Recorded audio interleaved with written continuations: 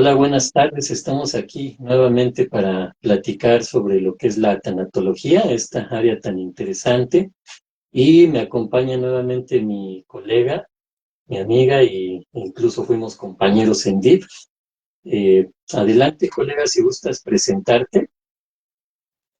Hola a todos, mucho gusto. Yo soy Estefanía, igual psicóloga, y es un gusto poderles hablar de este tema muy importante que es la tanatología. Y pues el día de hoy vamos a hablar sobre dos cosas muy importantes, ¿no? Los tipos de pérdida y los tipos del duelo. Así es. Sí, exactamente. Pues yo soy Israel Galicia, psicólogo y tanatólogo clínico, y estamos aquí nuevamente con gusto. Somos parte de cada uno de nuestros respectivos proyectos y páginas, ¿no, colega? Yo estoy en Psicología del Alma, me pueden encontrar en Facebook, en YouTube, en Instagram, en TikTok. Ahí estamos, igual en X, en Twitter. Y colega, ¿me puedes platicar un poquito sobre tu proyecto y tus páginas?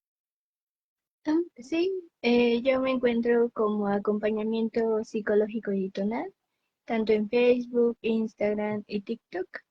Ahí pueden encontrar la página que yo tengo en colaboración con otra colega más, pero es un gusto poder brindarles el servicio y poderlos acompañar en su proceso psicológico, ¿verdad, colega? Claro que sí, siempre es muy grato, muy bonito el poder acompañar a quien está sufriendo algún tipo de pérdida, ¿no? Que en este caso vamos a platicar sobre el duelo, pero hago un resumen rápido de el podcast anterior, colega, donde hablamos en general de lo que es la tanatología.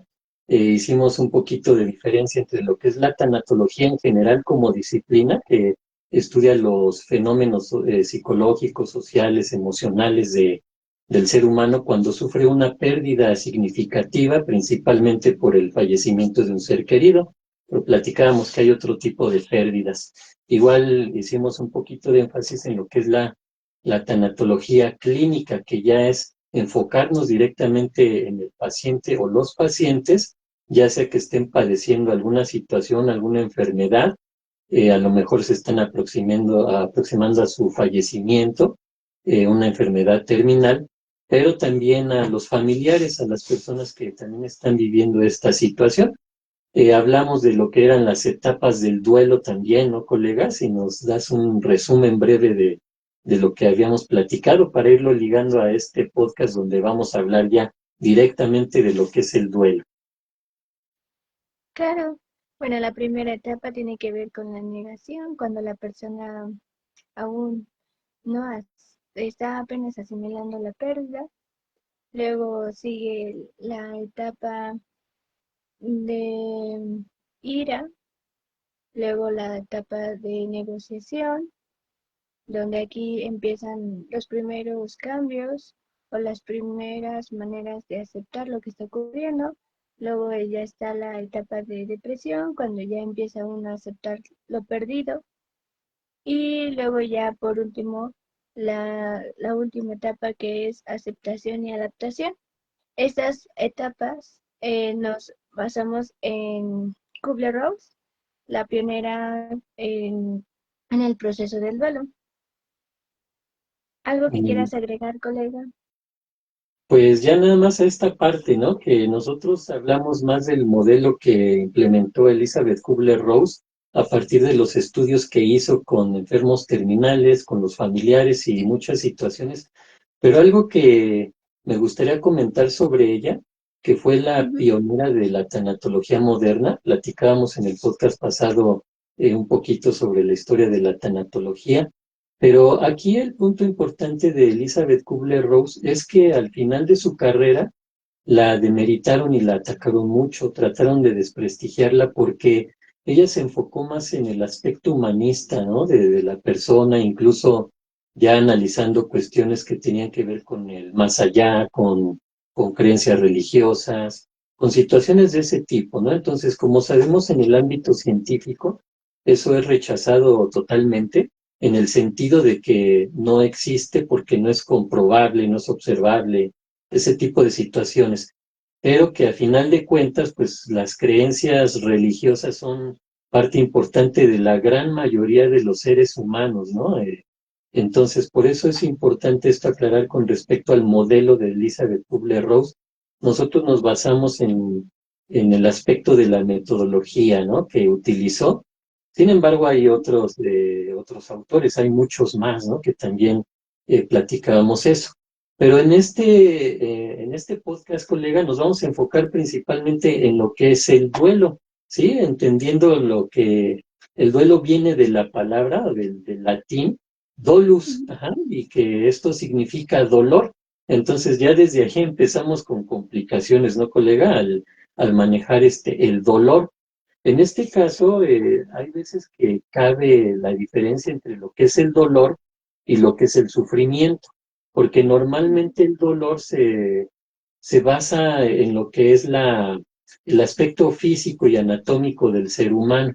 Y cuando hablamos de sufrimiento, hablamos ya más del aspecto psicológico y emocional. Pero digamos que para fines prácticos normalmente solemos utilizar como sinónimo, ¿no? Dolor y sufrimiento.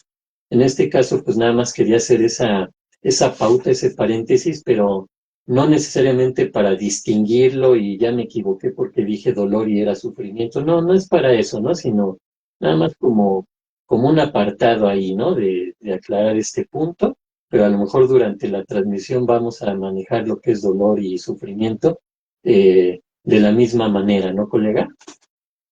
Así es, porque es muy importante, pues incluso hacerla, a veces se utiliza esta metáfora, ¿no? Como el duelo o el dolor parecido a cuando es un dolor físico. Y también el sufrimiento cuando estamos hablando, como tú mencionaste, de algo ya más emocional y psicológico. Y bueno, también este tema del sufrimiento es muy curioso porque de hecho uno, uno de los personajes también importantes dentro de la tanatología es Víctor Frank, que habla un poco sobre la diferencia entre esto, ¿no? El dolor y el sufrimiento. Y que esto también, esta teoría o estas primicias de este gran personaje también se utilizan actualmente en la tanatología y en este proceso de duelo, porque te ayuda a observar y a acompañar el sufrimiento de una persona de una manera más humanista, como tú mencionabas, desde no juzgar, desde no criticar, y incluso de esta parte de las creencias, más que una creencia religiosa, sino esta creencia en lo que tú crees, en lo que tú pones como una fe, porque no solamente pueden ser creencias hacia un Dios, a una deidad, sino también hacia un valor, a un principio que para ti es importante. Puede ser la familia, puede ser el valor del compromiso, la honestidad, etcétera. Entonces, todo este tipo de conceptos o incluso de sentimientos nos pueden ayudar en nuestro proceso del duelo. ¿Tú qué piensas al respecto de esto, colega? Pues bien interesante que menciones a Víctor Frankl, es importante mencionar al respecto de él, porque fíjate que en mi carrera, colega, yo tuve Ujú. una formación psicoanalítica durante toda la carrera. Ya después seguí utilizando el psicoanálisis, pero ya cuando me especialicé en tanatología, ya lo abordé desde el enfoque cognitivo-conductual. Ya más adelante, cuando tuve la oportunidad de impartir diplomados, lo hice desde el aspecto humanista y fue cuando de alguna manera profundicé más en esta cuestión humanista y de los grandes humanistas, pues precisamente está ahí Víctor Frank, ¿no? Que hay que mencionar al respecto que él es el creador de lo que es la logoterapia, una terapia humanista que él va realizando cuando se encuentra en los campos de concentración, ¿no, colega? Estando él ahí en lo que es la Segunda Guerra Mundial, él fue psiquiatra, estableció algunas pautas, ¿no? En base a la observación que él hizo en las personas que estaban padeciendo este tipo de situaciones, tanto de dolor, de sufrimiento, de pérdida, todos los horrores que de alguna manera conocemos, ¿no? Ya sea por películas, por series, por libros, por plática incluso, por podcast, en el YouTube, etcétera, pero él genera esto, ¿no? Lo que es la logoterapia y sí se utiliza mucho eh, en el aspecto de acompañar a una persona en su dolor, en su duelo, y como platicábamos ya, hemos visto lo que son las etapas del duelo, aprovecho para invitarles a que vean este podcast, pero también es importante saber que hay distintas corrientes psicológicas y agarran distintos enfoques, ¿no? Pero al final de cuentas el objetivo es el mismo, que es el de ayudarle a la persona a transitar por ese proceso de dolor, por ese proceso de duelo, de la mejor manera, evitando lo que es el duelo de riesgo y principalmente lo que sería un duelo profundo o un duelo patológico, ¿no, colega? Entonces, pues es lo que quería yo agregar al respecto. Mm, sí, ¿no? Bueno, también, como mencionábamos hace poco, Víctor Frank hace la distinción que tú mencionaste al principio ahorita, ¿no? Entre lo que es el dolor y lo que es el sufrimiento. Y justamente entre esta parte del sufrimiento, entre la parte de la resiliencia, que es un concepto, una manera también de poder ir procesando el duelo o este proceso. Entonces dice que a través de estas experiencias que pueden causar sufrimiento emocional, psicológico, también ayudan mucho la parte de que reconozcan cuáles son sus habilidades o capacidades para poder salir adelante. Entonces, es muy interesante todo lo que conlleva este proceso del duelo, este concepto de resiliencia, esta manera, como tú mencionas, ¿no? La logoterapia, entre otras cosas. Y justamente es muy importante poder mencionar que hay diferentes tipos de pérdidas, porque muchas veces solamente pensamos que cuando acudimos a un tanatólogo o a un psicólogo por un duelo, solamente es porque hemos perdido a alguien muy importante, a un familiar, ¿no? Pero hay otros tipos de pérdidas. Unas de ellas, pues, tiene que ver con pérdidas de relaciones. Estas pérdidas de relaciones es, por ejemplo, cuando incluso eh, pierdes a un amigo, no precisamente porque ya falleció, sino que porque se distanció la relación y pues ya no sabes nada de su vida o pierden el contacto o por algún conflicto pues se pierde la amistad. También, ¿no? Puede haber pérdidas por, como tú mencionaste también al principio, por este diagnóstico que te dan, ¿no? De que tienes alguna enfermedad.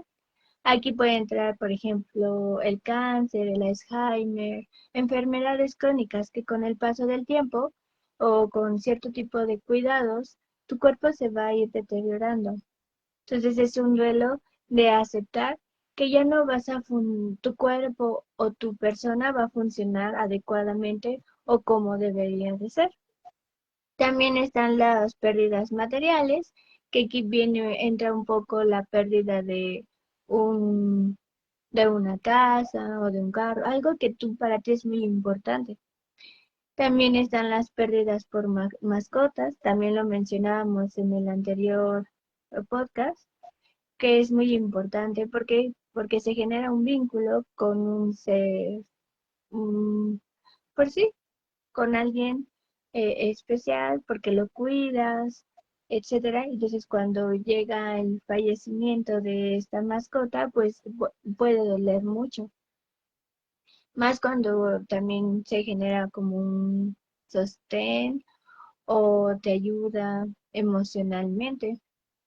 Y también existen las pérdidas evolutivas. Estas pérdidas evolutivas pues tienen que ver más con la parte de los cambios en diferentes etapas de la vida humana. Por ejemplo, de, de ser niño adolescente, de adolescente adulto, etcétera, o incluso, ¿no? Cuando uno tiene su pareja y tiene hijos, tiene su familia, el hecho de que los hijos crezcan y hagan su propia vida también implica a veces un duelo. Entonces, todo esto eh, implican diferentes tipos de pérdidas, o por ejemplo, cuando hay un aborto, o cuando pierdes a tienes como una pérdida de identidad, también puede generar un duelo. ¿Tú qué piensas al respecto de todo, de todos estos tipos de pérdidas, colega? Sí, bien interesante desde el punto de vista que cuando entendemos o nos enfocamos en el tipo de pérdida, también nos va a dar un panorama más amplio de de los riesgos que puede haber. Ahorita comentaba yo esta parte de los tipos de duelo que hay en el sentido de cómo va evolucionando el duelo, ajá, si para bien o para mal. Están estos tres tipos de duelo. Lo que es el duelo normal, que es el que tendríamos nosotros normalmente la capacidad de salir adelante y nos puede llevar unos meses e incluso algunos años, porque también hay que entender que un duelo normal no es ese que entendemos como que pasaron unos días y ya me siento bien y me reincorporo como si nada, ¿no? Ese tipo de duelo, pues prácticamente no existe cuando estamos viviendo una pérdida significativa, ¿no, colega? Entonces, hay que entender que la mayoría de las personas se van a sobreponer a la pérdida conforme pasa el tiempo, pero también de acuerdo a las herramientas o las características que tienen de su personalidad. Y aquí es importante platicar sobre la personalidad porque digamos que es lo que nos define a cada uno de nosotros, ¿no? Es nuestra forma de ser, nuestra manera de pensar, de actuar, de reaccionar ante la vida. Y eso lo vamos formando durante el crecimiento, durante las etapas de la vida, ¿no? Entendemos que nacemos con lo que sería un temperamento, es algo que ya tenemos innato, ya viene desde el bebé. Ajá, el bebé puede ser más alegre, más sonriente, más chilloncito, más enojoncito. Eso sería el temperamento.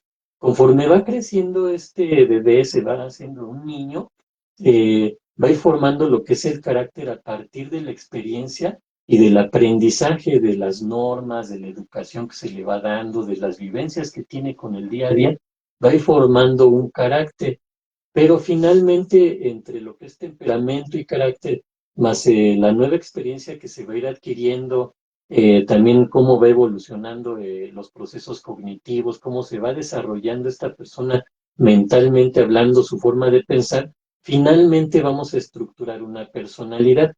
Y normalmente esta personalidad, o dependiendo de la etapa en la que nos encontremos y suframos la pérdida, vamos a reaccionar ante la vida, ante este suceso que es la muerte principalmente, o algún otro tipo de pérdida, ¿no? Que sea muy significativa. Pero, por ejemplo, cuando hablamos de una relación de pareja que se rompe, que se separan, o una pérdida del trabajo, o la pérdida de la casa, normalmente nos vamos a la etapa adulta, ¿no? Un niño no podría estar viviendo ese tipo de pérdidas, o por lo menos directamente. Ajá, a lo mejor se separa los padres y el niño pues va a sufrir esta pérdida también. Pero bueno, ¿por qué menciono esto? Porque como comentaba, normalmente la mayoría de las personas se van a sobreponer, van a tener la capacidad de afrontar este duelo con sus herramientas, con sus aspectos mentales, sus pensamientos, sus aspectos psicológicos, emocionales, ¿no? Entonces van a lograr superar esta pérdida, la van a afrontar de manera efectiva, vamos a ponerlo de esa forma, ¿sí? Ese es el duelo normal. Pero sin embargo, hay veces que las circunstancias o las situaciones o nuestra forma de ser no nos va a permitir de alguna forma irnos adaptando a esta pérdida, irla aceptando poco a poco. Entonces ahí nos vamos acercando a lo que es un duelo de riesgo, ¿sí? Se hace un poco más complicada esta situación, ¿sí? Es especialmente difícil por ciertas situaciones y aquí entra esta parte que comentabas, colega, el tipo de pérdidas que podamos tener, ajá. Porque también hay, vamos a ponerlo así, formas de vivir la pérdida o el duelo normalmente lo vamos a poner en tres categorías principales, que sería la parte extrapersonal, que es cuando hay una pérdida lejana, vamos a ponerlo así. Si me enfoco más en la muerte de alguien, ¿no? A lo mejor vemos en Ujú. las noticias o nos enteramos que murió cierta persona. Entonces, eso es vamos a ponerlo así, una muerte, ¿no? Que no vamos a vivir de manera extrapersonal, no nos afecta directamente. Sin embargo, podemos generar cierta empatía, decir, ay, qué mal que haya sucedido esto, ¿no? Y a lo mejor ahí se nos queda un poco en la cabeza, ¿no? Ah, pues a lo mejor era un cantante que yo escuchaba, o un actor, una actriz, no sé, algo por el estilo, o que falleció el vecino, cosas por el estilo. Entonces, no es algo que nos afecte tan directamente. Hay otro tipo de pérdida que ya es interpersonal, que ya es más directa, cuando ya es un ser querido, ya un ser próximo, entonces sí nos afecta más y podemos padecer el duelo normal o incluso el duelo de riesgo, ¿sí? Cuando ya es más difícil la situación, ¿no? Y más si se da a lo mejor a partir de una muerte súbita, de una muerte por un accidente, o que secuestraron, o que asesinaron. Ese tipo de pérdidas son muy, muy dolorosas. Ya no se diga la pérdida que pueda tener una madre, un padre de su hijo, ¿no? Quizás la peor de las pérdidas que puedan existir. Pero si nosotros estamos en el terreno de lo normal, solo hay que a lo mejor ver a la persona cómo va evolucionando, ¿no, colega? Si nos adentramos en el duelo de riesgo, entonces sí hay que poner más atención, porque aquí sí ya muy posiblemente se requiera de atención profesional.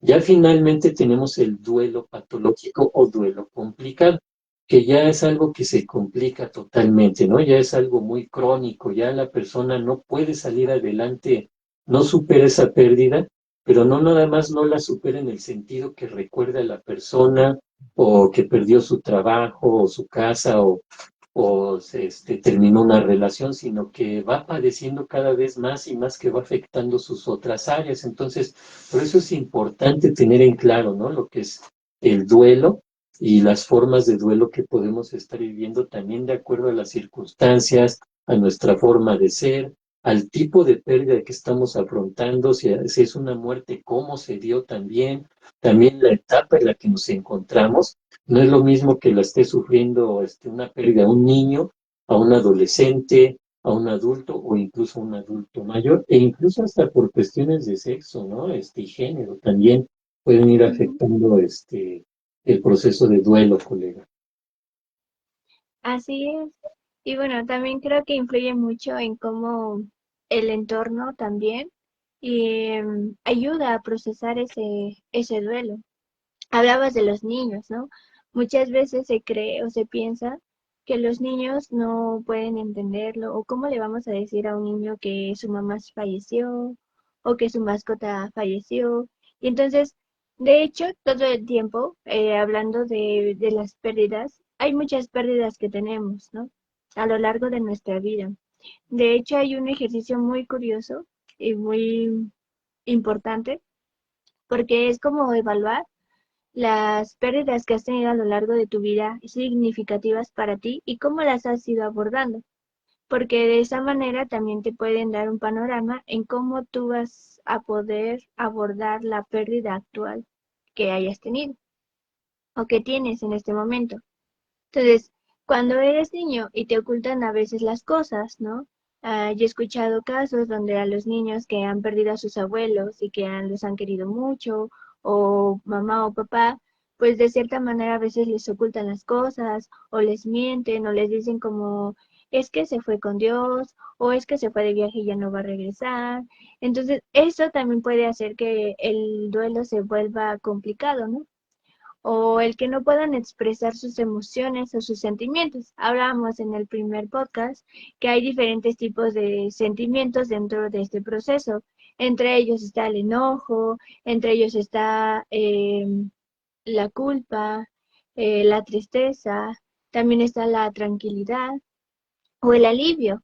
Y entonces cuando no podemos expresar abiertamente nuestros sentimientos durante este proceso del duelo, pues también se puede generar, como tú mencionas, que se vuelva un riesgo o se vuelva complicado.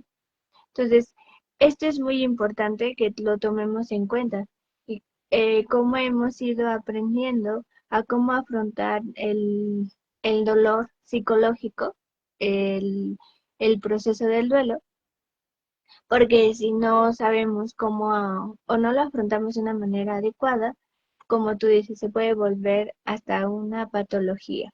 Y ahí es ya cuando incluso se necesita un psiquiatra con medicamentos o otro tipo de terapias para poder salir adelante. Entonces, algo que también es muy importante dentro de las pérdidas o de este tema es lo que te mencionaba, ¿no? Cómo apoyamos o acompañamos las personas que estamos cerca en ese entorno, ya sea si es un familiar, ¿no? Cuando pierden a un padre de familia, los hermanos, la pareja. Entonces, todo eso influye mucho en cómo cada uno de la familia va a ir eh, pues saliendo a flote de esa pérdida. ¿Tú qué piensas, colega? Sí, bien importante esto porque de repente perdemos de vista todo el contexto, ¿no? Entonces, vamos a ponerlo así. Cuando se trabaja el duelo, a lo mejor con la familia, hay objetivos, ¿no? Digamos, cosas que se quisieran lograr, ¿no? Que pues todos los miembros de la familia pudieran colaborar, ¿no? Del mejor modo posible para que se haga menos difícil esto, ¿no? El acompañamiento no sería nada más del profesional de la salud, sino también entre ellos, ¿no? Esta red de apoyo que se podría formar entre las personas que están viviendo este proceso de duelo y que no lo estén viviendo cada quien por separado a su manera, como si tuvieran que vivirlo así, ¿no? De manera única, sin poderse apoyar en alguien más, ¿no? Eso es importante también que comiencen a elaborar, digamos, esa proximidad en la pérdida del ser querido, o a lo mejor en una relación, en el trabajo, algo importante que no hay que vivirlo solos, ¿no? No, porque no hay necesidad de eso, ¿no? Al contrario, más bien buscar el apoyo, buscar amistades, buscar a los familiares, pero también aquí es importante cómo actúan las demás personas. Porque si yo estoy en un proceso de duelo y me acerco a alguien para poder platicarlo, o a lo mejor ni siquiera platicar o expresar lo que estoy pensando, sintiendo, sino simplemente tener una compañía, ¿ah? Para no sentirme solo. Pero esa persona, por cuestiones de ocupación, responsabilidades, mira, ay, mira, qué lástima que estés viviendo esto, pero te hablo en la semana, ¿no? Esta persona puede sentir eso muy, muy duro, ajá, porque está buscando en quién cobijarse, con quién generar esta parte de empatía, de apoyo, y no lo hay, ¿sí? Y hay veces que la gente no es tanto porque no sea empática o que sea insensible o que sea egoísta. También se da esto, aclaro, ¿verdad? Pero Ujú. principalmente se da porque la gente le rehúye al dolor, al sufrimiento, a la muerte. Entonces yo sé que si estoy para alguien que está viviendo un proceso de duelo, pues lo más probable es que yo también me inmiscuya en esa situación emocionalmente y no es algo que quiera vivir. Entonces, de manera inconsciente, como que solemos alejarnos de las personas que están en ese proceso, ¿no? Por eso es importante ahorita lo que comentas, colega, tener muchos, eh, ver todas las características, ver todo lo que rodea a la persona o a las personas, ¿no? Todo ese contexto, porque a veces nosotros podemos sugerir, ah, pues hace esto, haz aquello, ¿por qué no haces esto otro? Pero quizá a la persona no se le puede dar esa situación que nosotros le aconsejamos, ¿no? Porque a lo mejor su contexto no lo permite. Vamos a ponerlo así, en algo así muy sencillo. Mira, yo te aconsejo que acudas al tanatólogo porque pues este duelo que estás padeciendo o este sufrimiento que tienes, pues te está sobrepasando o te veo muy mal, te veo muy triste. Cuando hacemos ese tipo de afirmaciones, le reforzamos su tristeza, su malestar, su incomodidad, su inconformidad, su enojo, su miedo, todo eso. Ajá, no lo ayudamos más que casi, casi acude con alguien más que sí te pueda apoyar porque yo no puedo. Ajá.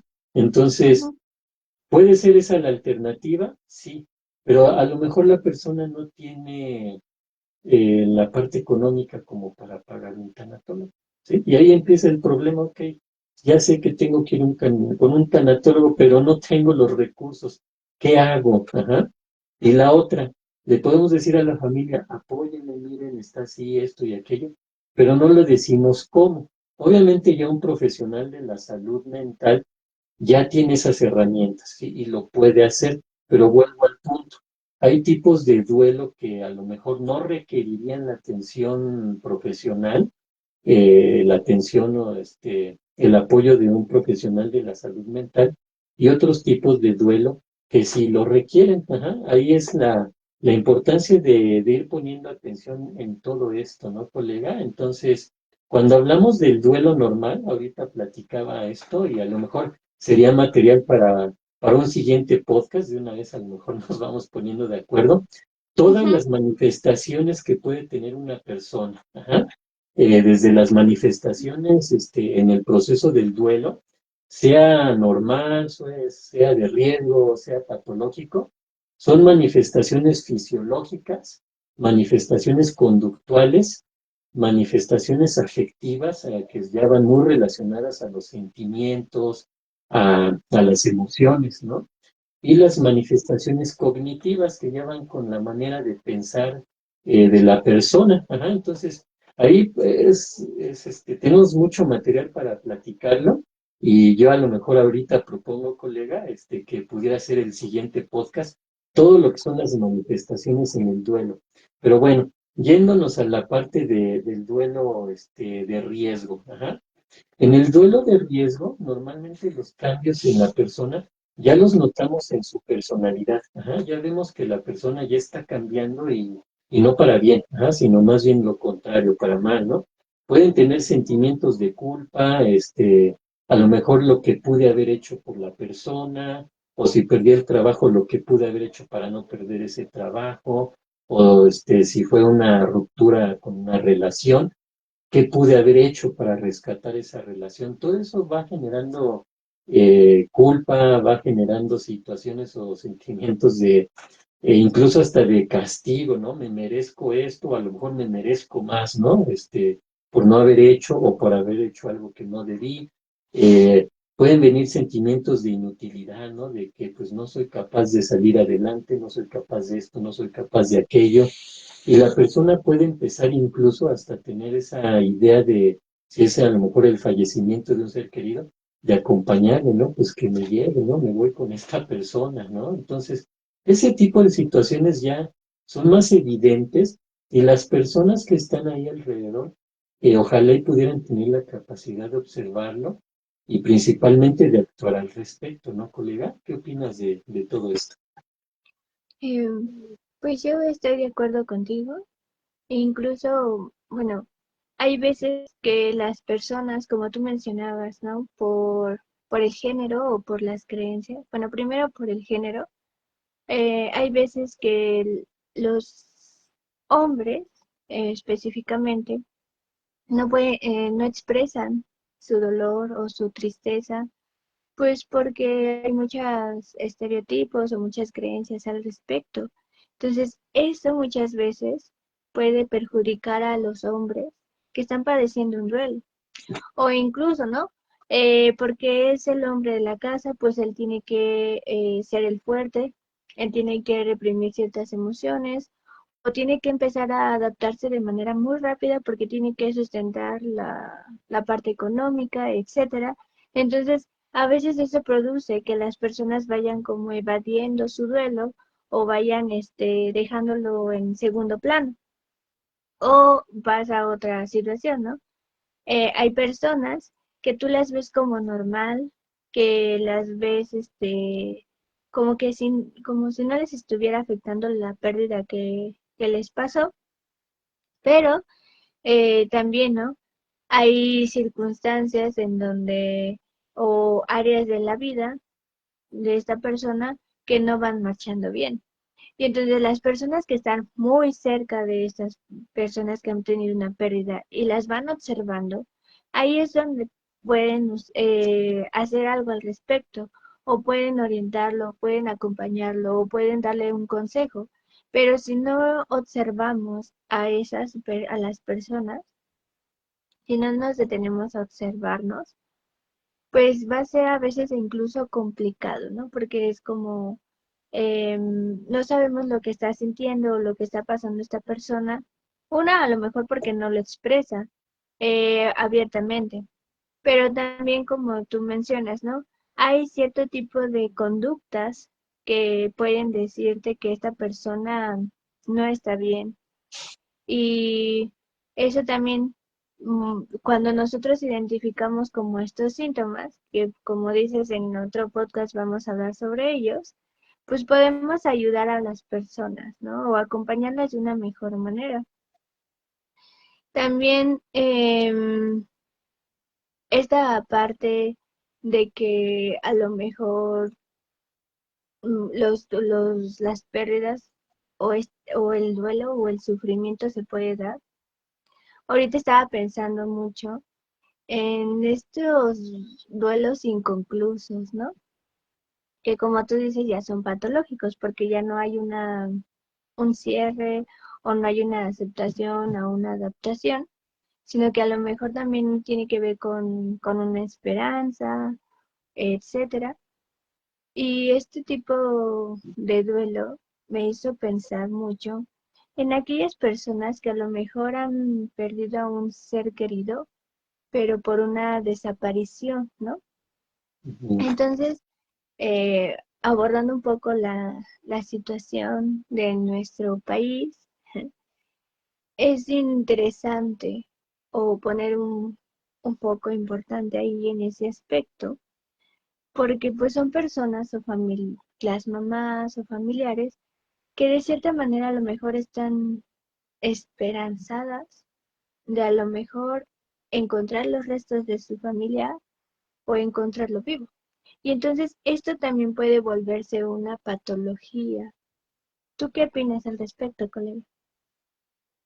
Sí, claro que sí. Mira, aquí digamos que cuando entramos a este terreno, sí sería importante definir, es muy importante, ¿no? Nosotros en el aspecto de la tanatología, pero también con la formación como psicólogos clínicos que tenemos, colega, tenemos que saber diferenciar entre la persona que está padeciendo este duelo, ya sea de manera normal, de riesgo, o patológica o crónica, ¿no? Porque cuando nos vamos a un duelo complicado, un duelo profundo, un duelo patológico o crónico, que son las distintas formas de conocer a este tipo de duelo ya muy severo, también corremos riesgos, ¿no? De que la persona que lo está padeciendo desarrolle trastornos mentales o incluso trastornos de personalidad. Ajá. Entonces, por eso es tan importante definir esta parte y no quedarnos como que pues la persona ojalá y tenga las herramientas para salir adelante, porque si no las tiene, entonces ya no vamos a estar hablando nada más de este padecimiento del duelo patológico, sino que ya está desarrollando trastornos mentales severos, ¿sí? Por ejemplo, la depresión. La vez anterior, colega, platicábamos de las etapas del duelo, ahorita las mencionabas al principio del podcast. La cuarta etapa del duelo, del modelo de Elizabeth Kubler-Ross, es la depresión precisamente, pero la depresión entendiéndola como una etapa, como una fase que va a vivir la persona sin necesidad de diagnosticarle una depresión clínica tal cual, ¿sí? De hecho, lo Ujú, comentábamos que hay esa diferencia, pero sin embargo, un duelo patológico sí puede desarrollar una depresión profunda, una depresión clínica, en la que la persona incluso padezca tanto de esta depresión que le lleve hasta la idea o la ideación suicida o incluso cometer suicidio. Ajá, a ese grado podríamos estar hablando de un duelo patológico, cómo puede generar otro tipo de trastornos en la persona, o el trastorno de ansiedad generalizada, o si la persona no ha podido superar esto y pasa el tiempo, pues la puede llevar hasta un estrés postraumático, ¿no? Entonces, son situaciones que hay que considerar. La persona, por ejemplo, vamos a suponer que una persona padece el trastorno límite de la personalidad, ¿no? este trastorno límite que es caracterizado por desabruptos emocionales muy severos. Una persona que puede estar muy, muy triste o muy enojada, suele ser la persona que tiene incluso la tendencia a la idea suicida, la persona que se daña, que se corta, que se pone en situaciones de peligro. Ese es el tipo de personalidad límite. Tiene todo un contexto, ¿no? No es alguien que nada más un día despertó así y ya no. Trae toda una historia, pero si este tipo de Ujú, personas sufren una pérdida, ya sea un duelo por muerte, por ruptura, por situaciones sin resolver, que pierde el trabajo, puede irse a todo este tipo de extremos, ¿no, colega? Por eso es tan importante que nosotros tengamos esa capacidad de identificar los riesgos que hay en la persona. Nosotros vamos viendo, ¿no? Cómo va evolucionando, pero eso solo lo va dando el tiempo. En el momento podemos determinar ciertas situaciones por los síntomas o la sintomatología que está teniendo la persona que padece el duelo. Pero ya entrando a este terreno de riesgo o incluso en el duelo patológico, ya todo se puede complicar demasiado o incluso que la persona tenga la necesidad ya de ser atendida en el aspecto psiquiátrico, en el aspecto nutricional, porque también el alimento que puede estar comiendo esta persona también juega un papel importante.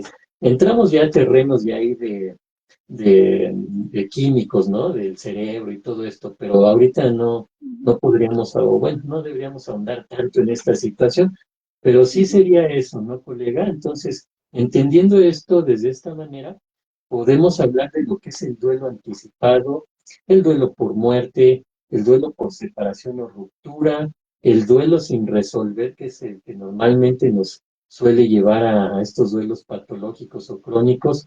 Está también el duelo distorsionado, donde la persona a lo mejor entra en trastornos mentales ya asociados con síntomas que tienen que ver con la psicosis, que la persona ya se desubicó de la realidad. Por ejemplo, quienes creen que siguen conviviendo con la persona fallecida y que le preparan de comer, platican con ella. Entonces, ya están ahí en situaciones bien complejas, ¿no, colega?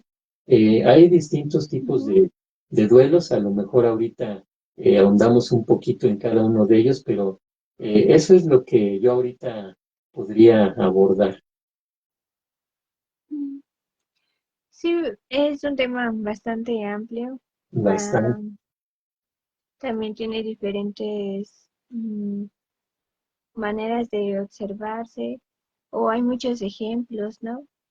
Como para que también las personas pues empiecen a identificarlo en sí mismos o en las personas que están a su alrededor. Como tú decías, ¿no? Llega un momento donde hay personas que hacen su rutina, es de ir al panteón todos los días, eh, se visten de negro todo el tiempo. También ahí involucra, como decías tú, la parte contextual, el contexto de la familia, de si hay una cuestión religiosa, etcétera.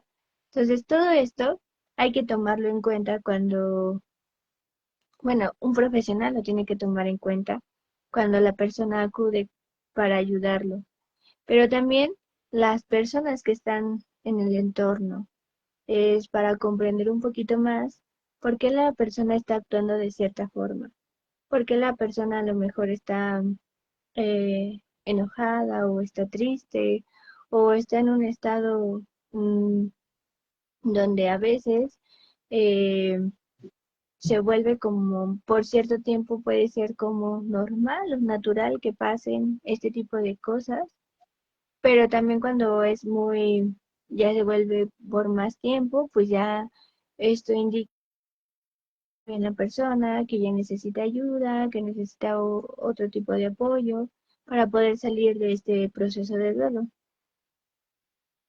Y bueno, también eh, podemos abordar la parte del, del sufrimiento. Creo que el sufrimiento en estos tipos de duelo pueden hacer un cambio, bueno, sí, un cambio. eh, Depende mucho de cómo las personas también mm, experimenten o incluso en su propia experiencia o su propia creencia sobre lo que es el sufrimiento, ahí puede hacer que las cosas se pueden volver patológicas o pueden ser normales. Como tú mencionaste al principio, a veces bueno, en muchas ocasiones se confunde el duelo con el sufrimiento. Y entonces cuando tenemos un pensamiento, una creencia que estamos sufriendo, cuando en realidad a lo mejor no es un sufrimiento. ¿Tú qué piensas al respecto, colega? Sí, sí, efectivamente, ¿no? De hecho, cuando estamos aquí en el ámbito de la salud mental, algo que no se suele conocer mucho más que cuando ya estamos muy adentrados en la psicología clínica, es lo que es el diagnóstico diferencial. ¿Por qué es tan importante este diagnóstico diferencial, no? Una cosa es el diagnóstico, detecto síntomas, ajá, entendiendo que los síntomas es todo lo que le transmite el paciente al terapeuta y los signos que son los que detecta el terapeuta en el paciente, ajá, a partir del análisis, de la exploración, de la pregunta, todo esto, ¿no? Pero a final de cuentas, entre ambos, síntomas y signos, se establece un diagnóstico. Vamos a ponerlo así. Bueno, el diagnóstico sería trastorno de ansiedad generalizado. Ajá. Pero resulta que dentro del trastorno de ansiedad generalizado también van síntomas de otros tipos de trastornos, ¿no? O incluso el paciente puede estar padeciendo trastorno depresivo recurrente, trastorno de ansiedad generalizado e incluso a lo mejor está padeciendo el trastorno de pánico, vamos a ponerlo así. Entonces, el diagnóstico diferencial nos es muy útil en este sentido porque cuando empezamos a ver todos estos síntomas, vamos a partir de una base, ¿sí? ¿Cuál sería nuestra base? Pues la mayor sintomatología a la que nos debemos de enfocar porque es la de más riesgo para el paciente. Hay que entender que no vamos a atender todo así de por montón, ¿no? Por decirlo de alguna forma. Ujú, Entonces, tenemos que ir especificando dónde tenemos que trabajar con el paciente y dónde el paciente tiene que trabajar más arduamente, poner más atención, más concentración, más esfuerzo. Ajá. Entonces, por eso es tan importante esto. Otra de las situaciones es el contexto en el sentido social, ¿no, colega? Por ejemplo, hay un tipo de duelo que se llama duelo siliente o silente. Ajá, este duelo silente es bien característico en ciertas comunidades o sociedades donde pareciera que está prohibido sufrir, ¿no? Donde, pues aquí aguántate porque la vida sigue, ¿no? O no llores, ajá. Suele ujú, darse por esto que estoy comentando más en el hombre que en la mujer, porque la mujer sí expresa más sus emociones, ¿sí? El hombre de repente como que se aguanta, ¿no? O incluso la mujer cuando es ese soporte familiar y dice, no me puedo caer, no puedo sufrir, no puedo demostrar lo que estoy sintiendo, pensando, mis emociones, porque si no todo se va a derrumbar, ¿no? Todas las demás personas deben de verme fuerte porque yo soy el soporte de los demás. Entonces, ese tipo de situaciones hay que considerarlas, ¿no? Porque la persona que está en este duelo silente, pareciera que tiene prohibido mostrar todo esto. Entonces, ¿eso qué genera? Lo que yo he comentado, ¿no? Que siempre me gusta agarrarme frases del psicoanálisis, en este caso, una de mis favoritas de Sigmund Freud, que todas esas emociones que reprimimos se van a acumular dentro de nosotros, van a ir creciendo y tarde o temprano van a salir de peores formas, ¿sí? ¿Cuáles serían esas peores formas?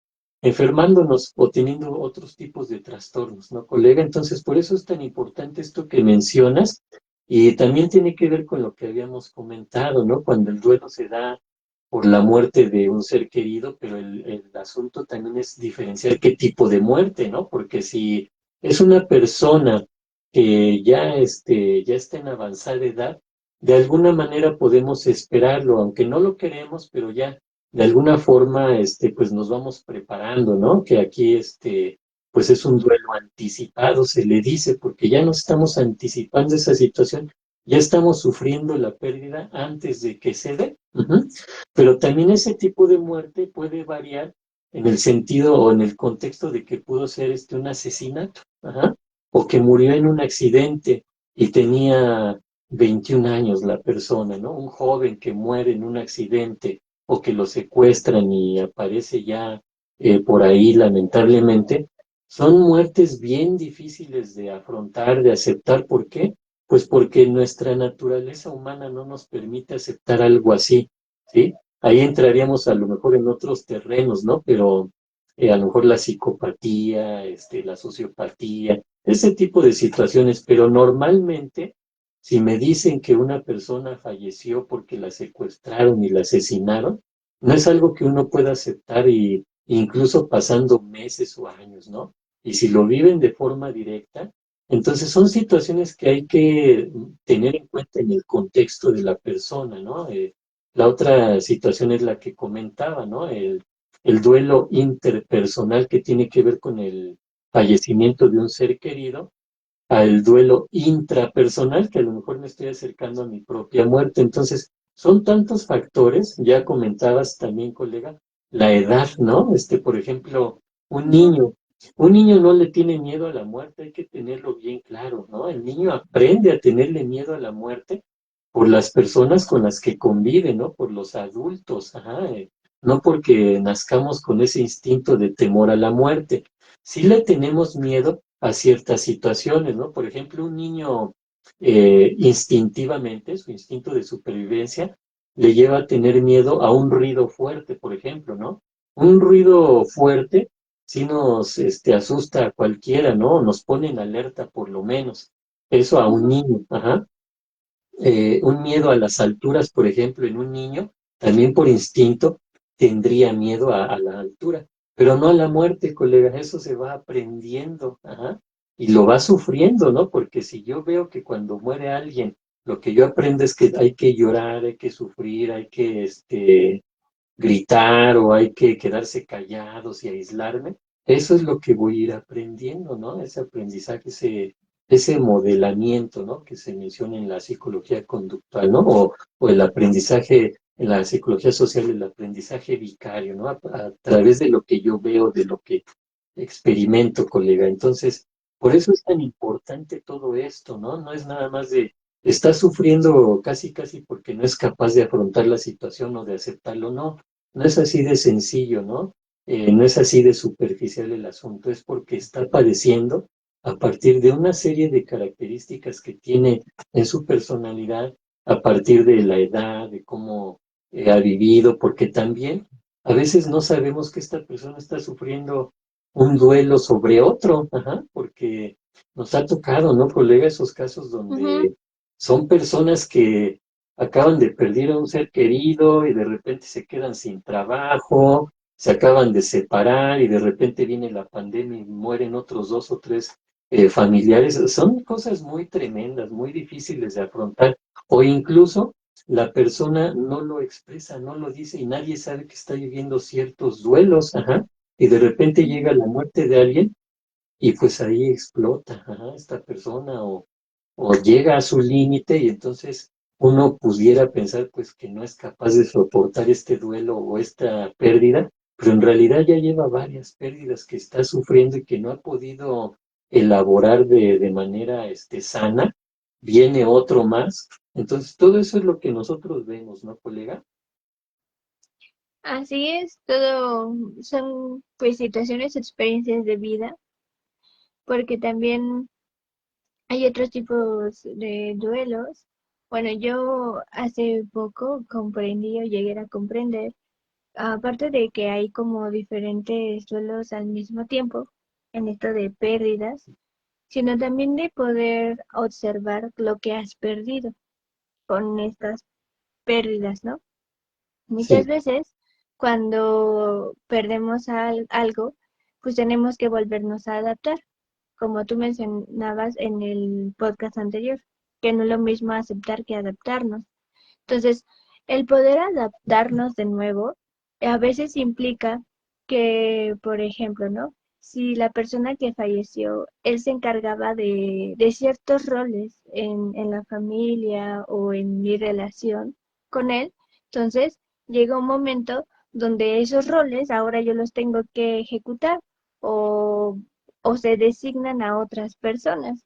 Y eso también implica un duelo, porque a lo mejor, o una parte de adaptación, porque a lo mejor tú no sabes hacer lo que esa persona hacía, o por la costumbre, dejaste de ponerle atención a ciertas cosas y ahora tienes que volverlo a hacer, etcétera.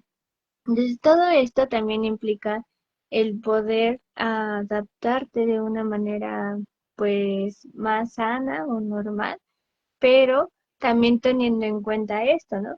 Si tú no sabes por qué la otra persona le está costando trabajo, eh, pues adaptarse de nuevo a su vida, es porque incluso está viviendo con estos pequeños duelos, así le puedo llamar yo, Ujú, donde se está adaptando de nuevo a lo que, o a algo nuevo, o perdió algo, ¿no?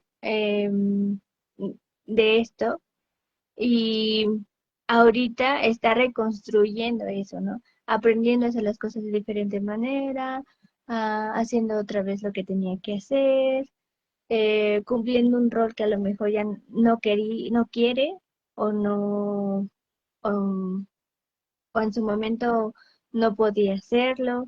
Entonces, esto también pues va afectando a lo mejor un poco la psicología, como mencionábamos, aquí el duelo no importa, sí importa mucho la parte individual, pero también de manera colectiva. Yo lo veo un poco con las familias, ¿no? Cuando a lo mejor eh, el papá o la figura paterna es la que fallece o la figura materna, alguien tiene que cubrir ese rol. Entonces, o dividirse las actividades o tareas de esa parte.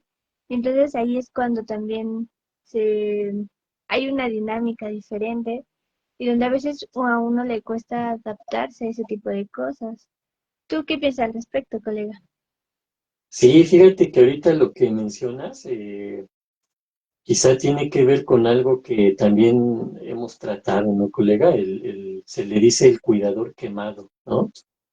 ¿Quién sería Ok. esa figura del cuidador quemado? Por ejemplo, una persona que está padeciendo una enfermedad crónico-degenerativa o terminal incluso, y quien le cuida, quien se hace cargo de esa persona, se va desgastando también, ¿no? Con el paciente, con el enfermo.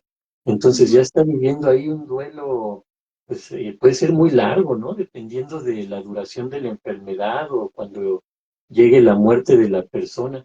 Que incluso aquí hay algo bien interesante que también analizamos en la terapia, colega, cuando la ujú, persona tiene culpa, ¿no? Por haber descansado, ¿sí? De que ese sí, familiar, ese ser querido haya fallecido y al mismo tiempo que le extraña, que le duele que se haya ido o que sufra por su ausencia, también descansa, ¿no? Y se siente libre, por decirlo así, de que ya no tiene que estar padeciendo esos cuidados, porque ahorita algo que comentaste con lo de la familia, sí es cierto, hay que involucrar, ¿no?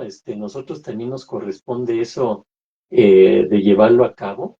Hay algo que manejamos, ¿no, colega? Lo mencionaste incluso en el podcast anterior, la psicoeducación, que es algo ujú, importante, es un proceso importante en el sentido que vamos a transmitir conocimiento y técnicas a las personas que tienen que ver en todo este proceso de duelo, que no nada más es el paciente, ¿no? La persona enferma, hablando más en la cuestión de la muerte y todo esto, ¿no? ujú, También los familiares, pero también, colega, algo bien interesante cuando tratamos de trabajar, y digo tratamos porque hay mucha resistencia, ¿no? Pero pues se intenta.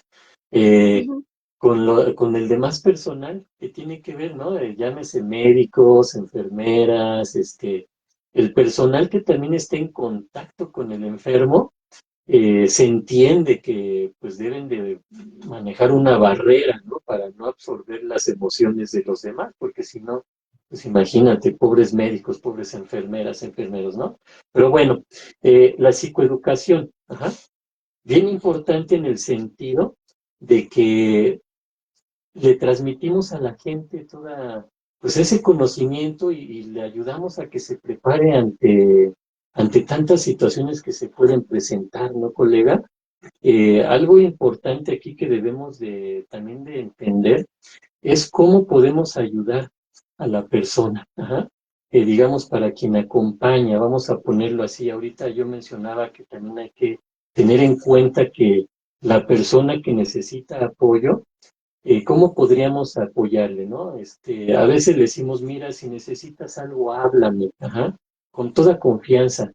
Pero no es así, colega. En realidad nosotros tendríamos que hablarle a la persona, oye, ¿cómo estás? Mandarle un mensaje, ¿no? Involucrarnos más en ese sentido, ¿no? No es así como que estuve contigo en el sepelio y de ahí ya no nos volvemos a ver, ¿no? Pero si necesitas algo, háblame. Ese tipo de situaciones, ¿no? Que debemos de también hacer ver, ¿no, colega? No sé qué opinas tú aquí, al respecto y a lo mejor para ya ir cerrando este podcast.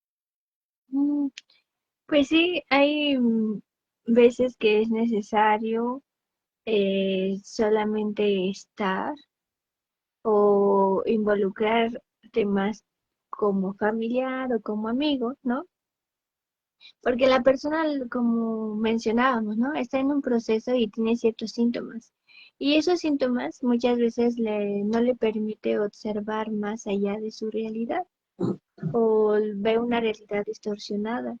Entonces, a lo mejor el que tú estés ahí acompañándolo, eh, pregúntale cómo va, cómo se siente, qué le gustaría hacer incluso, mm, etcétera. Eso ayuda a la persona también a que empiece a ordenar todo lo que piensa, todo lo que siente y sobre todo, ¿no? A escucharlo o estar ahí sin juzgar. Entonces, como tú mencionas también hoy, que hay veces que le huimos a las personas cuando hay dolor o cuando una persona está triste, pero también cuando una persona está enojada, porque a veces es tanto la rabia o el coraje, el resentimiento, que es como de tranquilo, ¿no? O la tristeza, es tanta la tristeza que a veces el escuchar a una persona que cuando llora se lamenta o grita, eh, es como de, ¿qué puedo hacer yo en este momento, no? A veces es difícil sostener ese tipo de acciones o de situaciones y por eso a veces las personas, hace poco estaba viendo un video, ¿no? Donde decía que en la sociedad pues no nos permite gritar o llorar así en toda esa expresión, siempre estamos como, tenemos que regularnos. Hasta cierto punto, desde mi punto de vista, está bien, pero hay veces que es necesario desbordar esa emoción, porque así también ayuda a que la persona pues ya la desbordó y ya pueda otra vez autorregularse. Entonces, pero si es un constantemente estar así, bueno, ahí ya se necesita otro tipo de ayuda profesional para poder regularla. Pero si no es necesario, no hay necesidad de acudir con un psiquiatra. Pero por eso hay que saber observar a las personas que tenemos a nuestro alrededor y también hay que estar dispuestas a acompañar.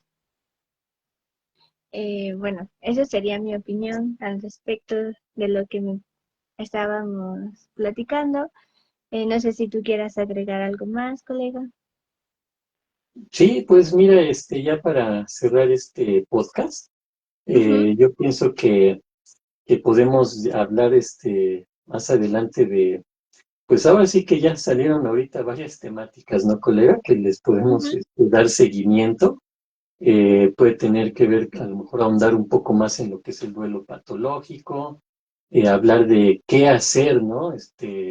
Desde la perspectiva de la persona que está padeciendo a lo mejor la enfermedad, desde la perspectiva de las personas que la acompañan y a lo mejor cuando hay una pérdida, las personas que rodean a la persona que sufrió la pérdida, ¿no? Todo esto vamos a hablarlo y también obviamente lo que mencionaba hace ratito, ¿no? Que te decía igual también es tema para otro podcast lo que son la sintomatología, ¿no? Las características fisiológicas, cognitivas, emocionales, afectivas, conductuales, ¿no? Ir viendo todo eso, pues es importante podérselo transmitir a las personas que nos hacen favor de vernos y pues ahí está ya, digamos, ¿no, colega? Ponernos de acuerdo e irnos Sí, con otro de estos temas para ahondar un poquito más, ¿no?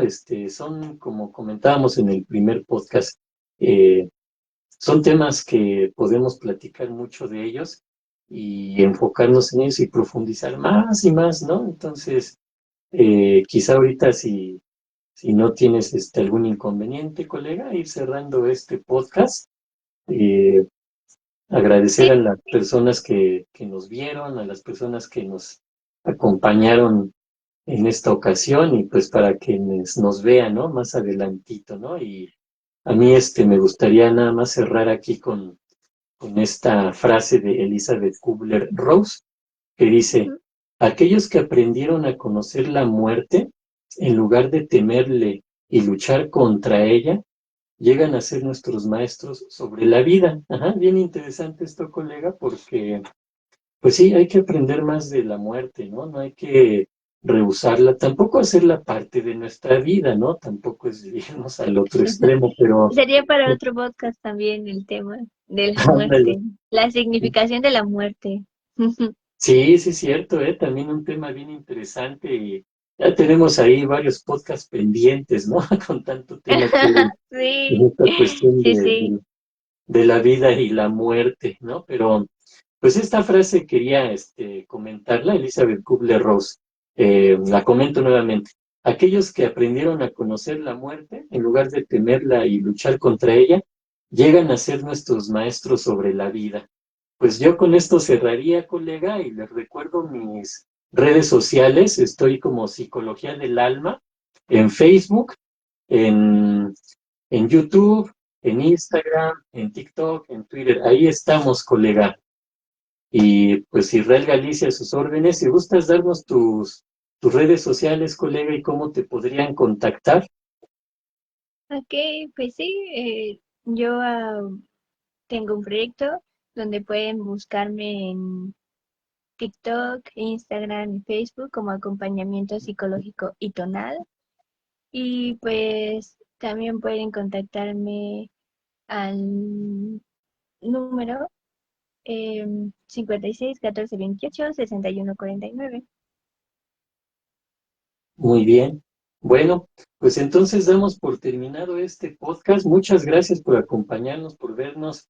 La sugerencia de que nos apoyen con el like, con compartir, con comentarnos incluso, ¿no?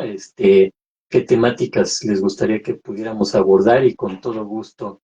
Colega, pues un gusto nuevamente y estamos en contacto para nuevamente darle seguimiento a todas estas temáticas, ¿no? Pero pareciera que la siguiente podría tener que ver con las características que se presentan en la persona que está en el proceso de duelo, ¿te parece?